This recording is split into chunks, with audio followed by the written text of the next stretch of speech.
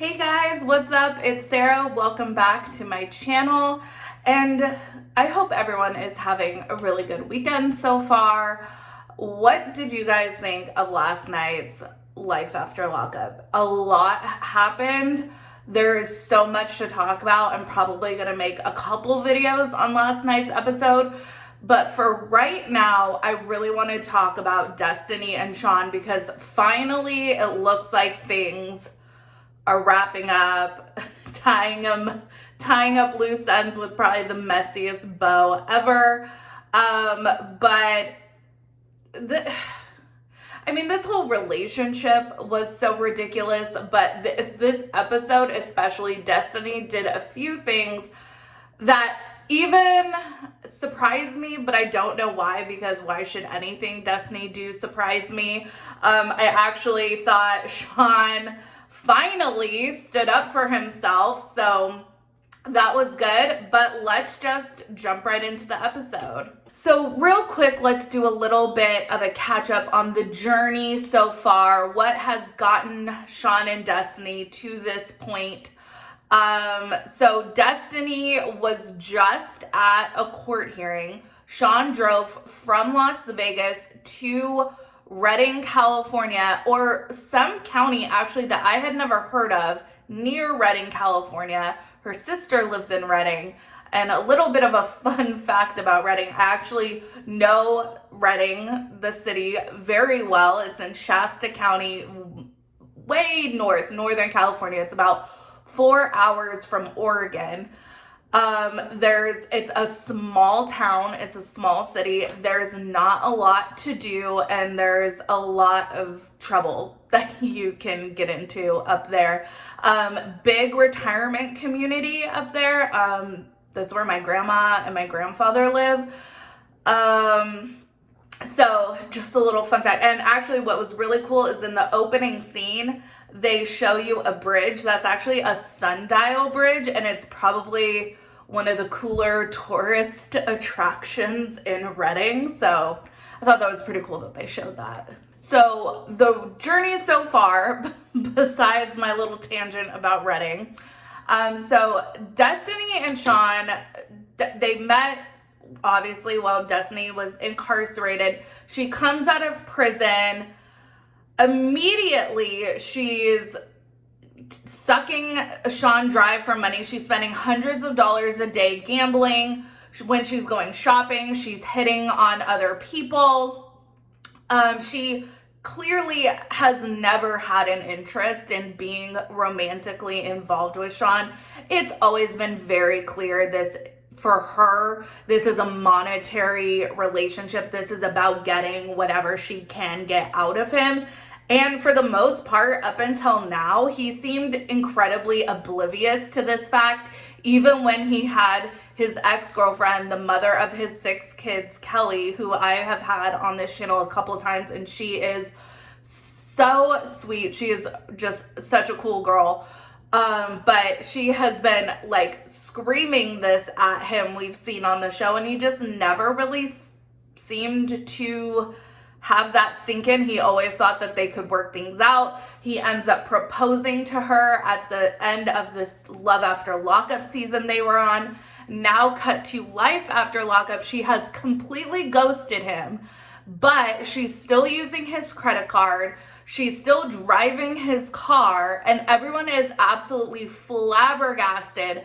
Every time she has any kind of communication with Shawn at this point, she is yelling at him. She's telling him to leave her alone. When he shows up to the courthouse to basically make sure she makes good, or he's going to be out $50,000, which I'm actually surprised that was not mentioned one time in this episode. That is shocking. But he basically shows up, drives all the way, which little geographic locale for Redding where they're at. So I'm from Los Angeles. The drive from Los Angeles to Las Vegas is about a 4 to 5 hour drive, depending on traffic and how fast you're driving and conditions and all that jazz. The drive from Los Angeles to Redding is about 8 to 10 hours, depending on, because California is, well, it's really big. So depending on how fast you travel, it is a really long road trip. So driving from Las Vegas to Redding had to have been at least 7 hours, 7 to 8 hours, I have to imagine. So that is a really long road trip that he took by himself with some poor camera person. And just to make sure that she showed up to court. That's pretty incredible. So at this point, Destiny has given him his punk ass ring back. She's back at her sister's house. They're eating some PB&Js. And Shawn is lurking, legitimately lurking in his car outside of her house. He got the address for her sister's house because she had ordered a pizza on his credit card and he got the address. So he is lurking outside the sister's house. He calls a tow truck to get the car back. And this is where we're at in this episode. So just take a look at this clip of what went down in this episode. Having you tow it for what? It's my car. Yeah, no, it's in my, just go ahead, it's in my name. Hey, show me over. Dude, it's not your car, it's my car. No, we did not. No, what then? It's in my name, I paid for it. Then give me the money or something. Don't just leave me like that. No. Like and you're gonna seriously have them come take it from me knowing that this is the only thing that I have? We were together, we're not no more, so, hey, why would I pay for You were together with Kelly and you're paying all our bills. It's different, my kids are there. You think that this is it and you get the last laugh? Like at the end of the day, like, I'm gonna show you who gets the last laugh and you're gonna be sorry. I'm not trying to make the last laugh, I'm just trying to do. Well, I'm gonna make sure that I do. Not myself. Where's the key so she can get her? You guys have the keys. Well, go figure it out. Better let it down and pop the trunk then. So your little tow guy, put it back down and pop the trunk or I'm not moving. Oh well, you better. Keys. You're a bitch. Little crybaby ass. It's all on her. She's the one that did this. Out of here. Your cars, get the out of here. Just go. Yeah, hurry up, mother. I don't got time for your old ass. Getting old like you. I'm done with her. You know, I'll sell the ring, I'll move on, and she's not the one I want to marry. She's not the one that I fell in love with. I got some immature ass, punk ass, lame, and that's what you are. So why don't you instead direct your ass yourself into your car and go. Bye. Bye, Felicia. Yeah. I have so many thoughts and so many questions because while I question Shawn's powers of deduction and logic, I think Destiny's are far worse. Realistically, how long did Destiny think that she could keep this going? I mean, there's very few people on this planet, and I don't think Shawn's one of them, that have a limitless credit card or a credit card with a limit so high that you probably would never hit it. That is definitely not Shawn. So she had to know that she was going to eventually max out the credit card, and that's exactly what happens. And funnily enough, this is when Shawn goes, yeah, the card's maxed out, now I'm gonna cancel it. Like, well, she can't use it anyway, Shawn, so what really is this gonna do? Plus, if she knows that the car is in his name, she's lucky that the only thing that he's doing is having it towed. He could have reported it stolen, and that would have landed her in a whole nother legal mess. Something I noticed in this episode that kind of disappointed me was that I had much higher hopes for Brittany, Destiny's sister. I don't know why. This probably was a logical thought that I had. For some reason, I thought that Brittany's family was trying to keep her on the straight and narrow, trying to kind of mediate between her and Shawn because they wanted her to stay out of trouble.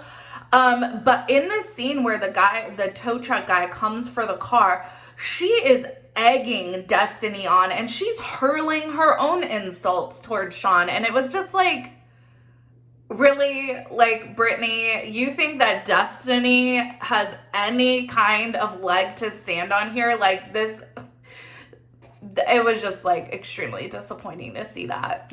Aside from the fact that Destiny is lucky that Shawn never reported his credit card or his car stolen, She's also lucky that all the times she's physically assaulted him out in public, because she's always done this like in the middle of the street. She's really lucky that neither Shawn nor a neighbor called the police on her, because again, this could land her in a whole nother pile of legal mess. And we already know she's back in prison. We're going to touch on that at the end of the episode, or at the end of this video. But I mean, Destiny clearly has impulse issues where she acts before she thinks and she speaks before she thinks.